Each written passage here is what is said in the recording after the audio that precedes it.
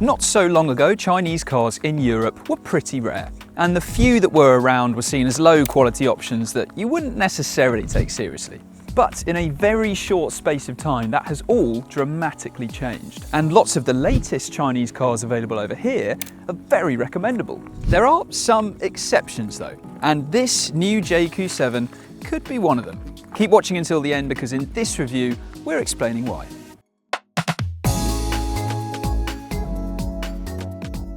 So first, what is Jaecoo? Well, it was created in 2023 alongside Omoda, but even though they haven't been around for very long, they've got some pretty serious automotive clout behind them because they are both subsidiaries of Chery, which since being created in 1997 has gone on to become one of China's biggest manufacturing companies.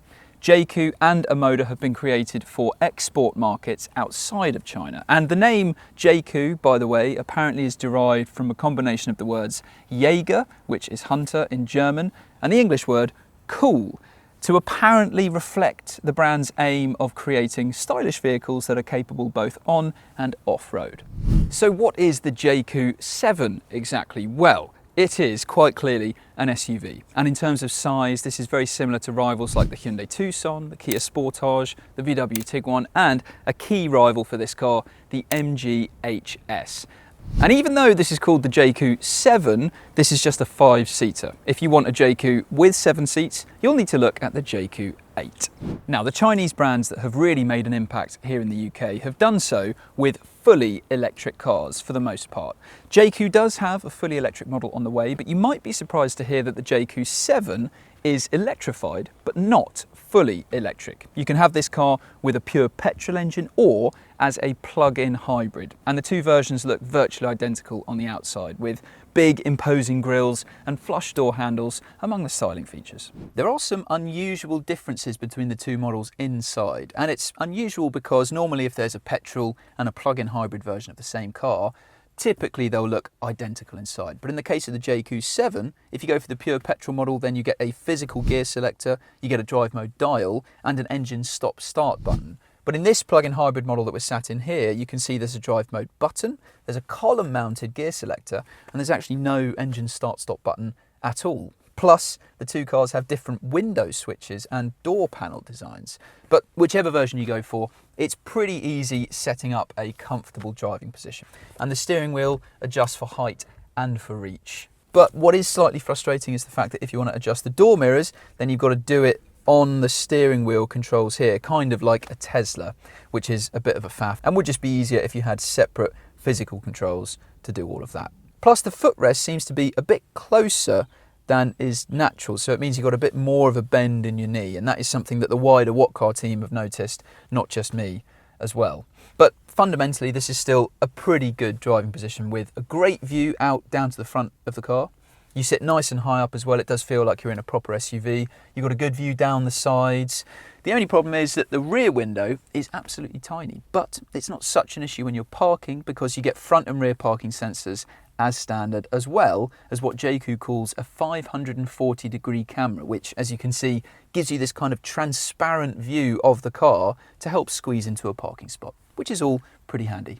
That camera view is displayed on this touchscreen infotainment system, of course, and the size of the screen depends on the trim level that you go for. So entry-level deluxe Jaecoo 7s have a slightly smaller screen compared to the range-topping luxury models, but whichever trim you go for, you get the same software. And you can see the graphics are really sharp and look pretty nice. And the software itself is responsive to your touch inputs, but it's not absolutely perfect. So if you're doing a lot of swiping between different menus, then it can be a little bit delayed and slightly glitchy, but it's still on the whole pretty good by the standards of touchscreen infotainment systems.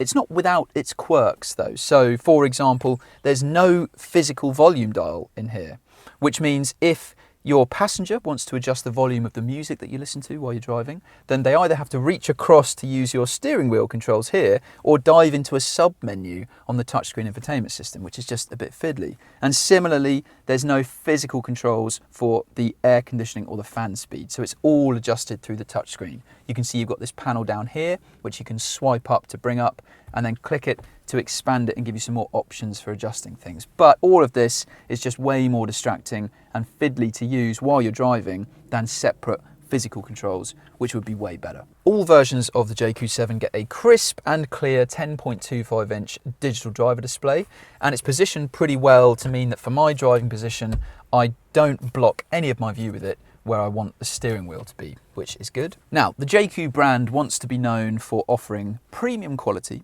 at a reasonable price. And to be honest, this interior does seem to nail the brief there, because it all feels tightly screwed together. Lots of the materials are pretty decent. You've got some soft touch plastics around, and the faux leather doesn't feel really cheap and nasty. And so, especially given that this is priced towards the lower end of its class, and we'll talk more about pricing later on, really there isn't much to grumble about in here when it comes to interior quality. And it's also good for storage. So with this central armrest, you've got a neatly hidden massive compartment underneath it. You've got 2 cup holders, a tray for your smartphone, and a massive storage compartment underneath the center console here, and decent sized door bins. So all in all, up front, this is pretty good. In the back, you've got absolutely loads of legroom. It's really, really good for that. And headroom as well, even with a sunroof, is very impressive. You'd have to be well over 6 foot tall to even begin to feel cramped in the rear seats of the Jaecoo 7. Plus, you've got a lot of space for your feet under the seat in front of you, even when it's in its lowest position.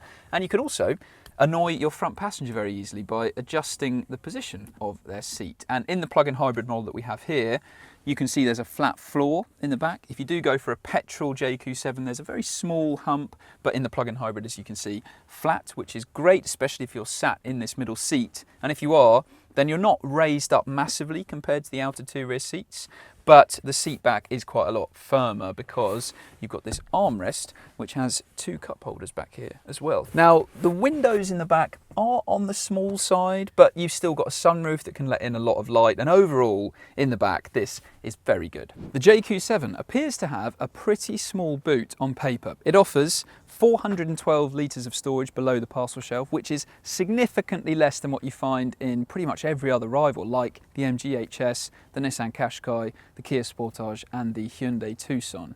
And that plays out in our suitcase test as well, where we could fit just 5 carry-on size suitcases below the parcel shelf in the Jaecoo 7, which compares with 7 that we got in the MG HS. So, pretty disappointing given that virtually every other rival that this is up against has a bigger boot. And you can see the problem is that while it goes quite far back, it's not particularly deep, is it? But even though it's disappointing a car of this size doesn't have a more spacious and practical boot, this should still be able to tackle family holiday luggage and everyday duties like that. Plus, there are some good things about it, like these handy hooks that you have either side. You've also got a nice big, easy opening here, and there's virtually no loading lip at the front. And if you go for a petrol model, then you get a height adjustable boot floor. You don't in this plug-in hybrid, but you do still have some underfloor storage, which is a useful spot for the charging cables. And if you want even more room than this, you can remove the parcel shelf. And it is a shame there isn't a dedicated spot to specifically store it, but it can very easily fit in the boot itself, which lots of other cars won't let you do, which is very good. And you can fold down the rear seats to maximise the storage capacity available, but they only split fold 60-40 and not 40-20-40 like some other rivals offer.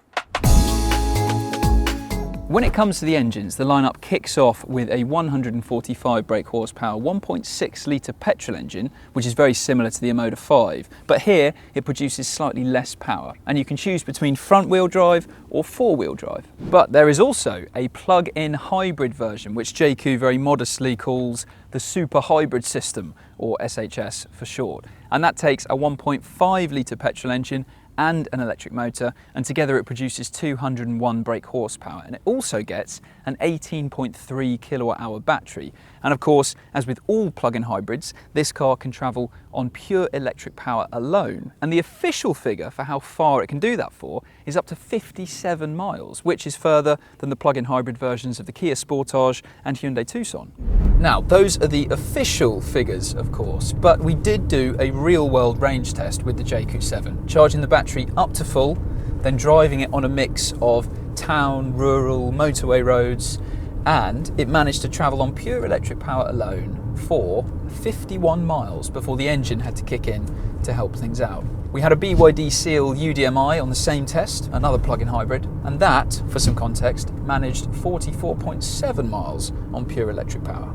So that is a very impressive range for the Jaecoo, and it used to be the case that most plug-in hybrids had very, very short pure electric ranges, but this is now one example of many modern PHEVs that offer pure electric ranges that can much more easily fit into many more people's lives. And this is also good when it comes to charging because it can accept a CCS rapid charge. When you're not running on just electric power, you will of course need assistance from the petrol engine, and when the battery and the engine are working together, the official combined fuel economy figure for all plug-in hybrids is always ludicrously high, and the Jaecoo 7 is no exception to that. The official figure for this car is 403 miles per gallon, but of course you will never actually achieve that in real-world driving conditions. So we carried out another real-world test with this car with a depleted battery, and it returned 48.7 miles per gallon, which for a big petrol SUV is really pretty good. But just bear in mind that in the Jaecoo 7 you can't completely flatten the battery in this car, because when it gets very low, it will force the engine to keep it topped up and maintain a very low state of charge. But still, the test we did was effectively a worst case scenario for this car when the battery was as low as it would possibly get. And really, 48.7 miles per gallon is pretty good. Now you might be watching so far and thinking, hang on, things don't really seem that bad, right? Because you've got decent fuel economy, good electric range, loads of space in the back, fairly nice interior. Why would I suggest at the beginning of this review that this might not be a recommendable car? Well, it mainly all comes down to this, driving the thing, because fundamentally this is not a very good car on the road. So let's run through the problems. Now, the steering. It has a very hyperactive and sensitive setup, particularly around centre. And actually, when you're at a cruise on the motorway, to keep the thing in a straight line, you're having to constantly put some steering inputs in. And it results in the car being really quite twitchy. So it's not sensitive and hyperactive in a sporty and agile way at all, particularly because there's very little information to be had through the steering wheel about what the tyres are up to beneath you. And the car runs out of grip surprisingly quickly around the corner as well. And if you are asking for quick changes of direction, then the car leans over massively onto its outer wheels.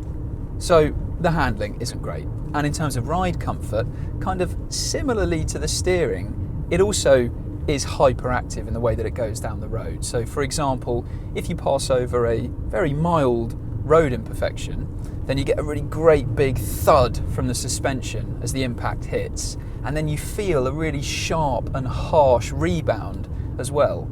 And all of that is a pretty constant companion as you travel down the road. Now, if you were on a perfectly flat motorway in a nicer part of Europe that had far better roads than what we have here in the UK, you could maybe think, well, that's not such a big issue. But on a typical British road, this really feels like a fish out of water.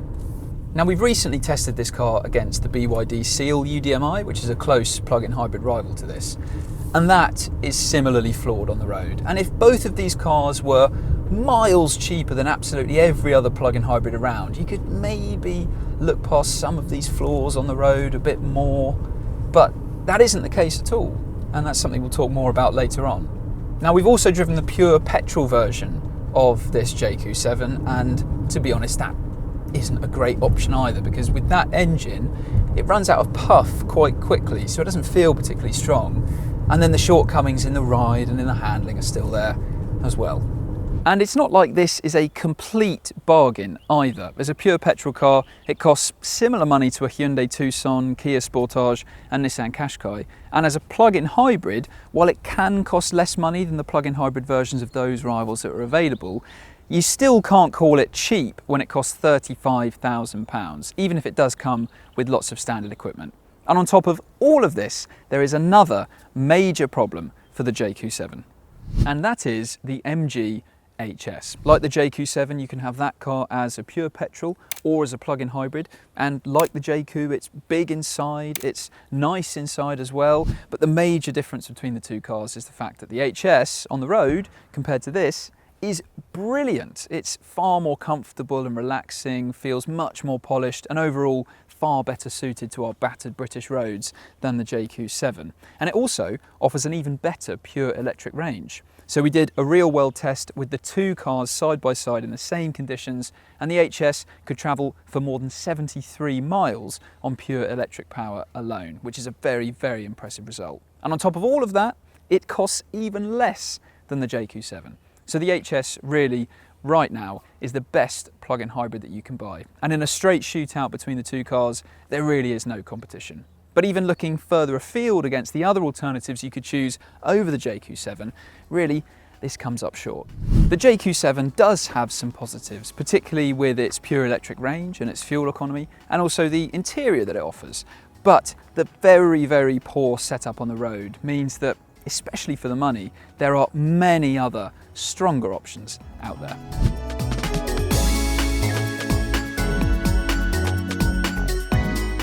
Thanks very much for watching this review. If you want to see another one, then click on that link up there at the top of the screen, and make sure you subscribe to our channel as well. And if you want to read much more about the Jaecoo 7 and every other car around, click on that link to go to whatcar.com.